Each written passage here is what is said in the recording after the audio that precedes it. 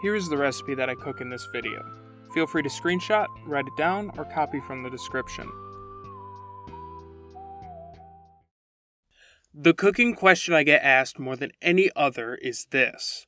I want to cook X or Y fish. How should I cook it? As a disclaimer, I will say that this method is rarely the best way to cook a fish, but it's almost always the safest way to cook that fish. Also, this will not work for all fish, but in my experience, it should work for most fish.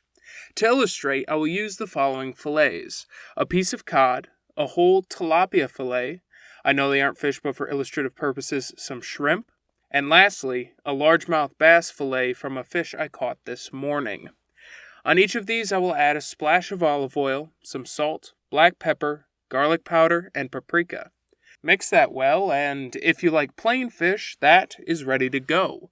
But I like to slice up a lemon and place thin slices on each of the fillets. Preheat your oven to 375 degrees Fahrenheit. Once ready, place your fish in the oven. Let that sit for about 15 minutes, or for larger pieces like big salmon fillets, closer to 20 or 25 minutes.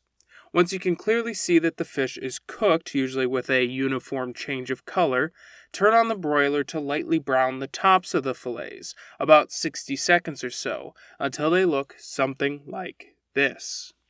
Trying these fillets, they're all delicious, even the largemouth bass, and with a little bit of lemon juice squeezed over the top, the shrimp is perfectly cooked as well.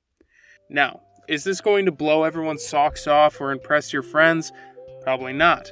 But it's a low-maintenance way to cook that is nearly impossible to mess up, and I hope this will become a tool in your tool bag going forward.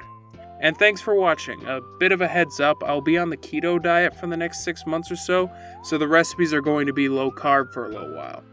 Next week, an Asian-inspired stir-fry for the weeknight.